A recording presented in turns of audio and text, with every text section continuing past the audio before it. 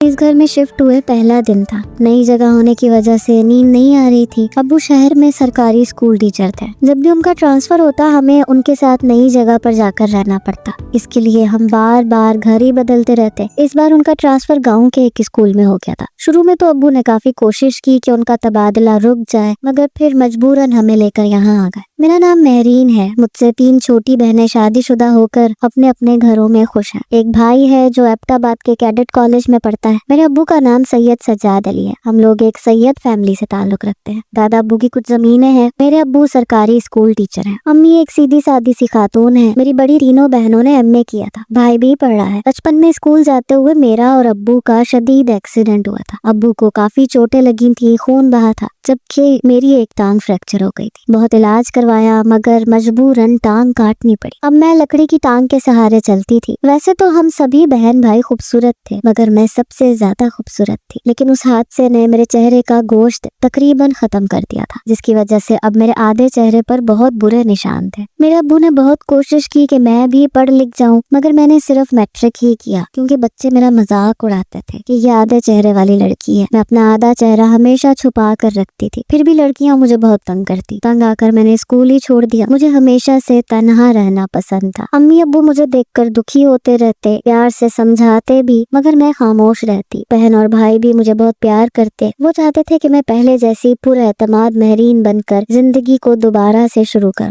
शुरू में कोई रिश्ते वाला आता, मुझे जबरदस्ती उनके सामने भेज देते। हालांकि उनको पहले से बताया होता कि मेरी टांग एक्सीडेंट की वजह से कट चुकी है और मेरे चेहरे पर भी निशान है, मगर वो लोग मुझे जिस तरह से जलील करते, मैं अंदर से टूट फूट जाती। अब मैंने अम्मी को सख्ती से मना कर दिया था कि वो मेरे लिए किसी को भी घर ना बुलाए। वक्त तेजी से गुजर रहा था। मेरी उम्र अब 28 साल हो चुकी थी। मुझसे छोटा भाई अब कमीशन ऑफिसर बनकर गाँव लौटा था, तो अम्मी की ख्वाहिश थी कि मेरी और भाई की शादी एक साथ करते, मगर मैंने सख्ती से किसी भी रिश्ते वाली आंटी का घर में दाखिला बंद कर रखा था। अचानक से अब्बू का तबादला गाँव हो गया। मैं यहाँ आकर बहुत खुश थी। प्यारा सा घर था। सबसे बड़ी बात यह कि सहन में दरख्त लगे थे। मुझे बचपन से ही रस्सी का दरख्त में बंधा झूला बहुत पसंद था। मैं शहर के फ्लैट्स में रहकर कभी ये ख्वाहिश जाहिर नहीं की थी। हम काफी लंबा सफर करके गाँव पहुँचे। मैं घर पहुँचते ही सो गई। अब्बू के दोस्त की फैमिली ने घर को रहने के लायक कर दिया था। पहले दिन खाना भी बनाकर भेज रखा था। सो मैंने खाना खाया और जाकर बिस्तर निकाल कर सो गई। मैं काफी देर सोती रही। रात को 8 बजे अब्बू ने मुझे जगाया। प्यार से कहा कि मेहरू बेटा खाना खा लो। मोहल्ले की कुछ औरतों के साथ मिलकर अम्मी ने घर को काफी हद तक सेट कर लिया था। काफी अच्छा मोहल्ला था, और जब गाँव वालों को पता लगा कि अब्बू स्कूल के नए टीचर हैं तो उनकी खुशी की कोई इंतहा नहीं थी, क्योंकि मेरे अब्बू शुरू से ही नरम तबीयत और अच्छे इखलाक के मालिक थे। अम्मी दिन भर की थकी हुई थी। उनका बहुत मसरूफ दिन गुजरा था। खाना खाकर चाय पीने तक हमने बातचीत की। उसके बाद अम्मी अब्बू जल्दी जाकर लेट गए। मुझे नींद नहीं आ रही थी। मैंने घूम फिर कर घर को अच्छी तरह देखा, थोड़ा बहुत अपने कमरे को सजाया। मैं अपने साथ बहुत सारी किताबें लेकर आई थी। थोड़ी देर बाद बैठकर एक किताब पढ़ी, फिर बोर होकर बाहर निकल आई। हर तरफ चांद की रोशनी फैली हुई थी। पहले नीम का दरख्त था जिसमें झूला पड़ा हुआ था। उससे थोड़ी दूर बेरी का दरख्त था जो अपने फलों के बोझ से झुका जा रहा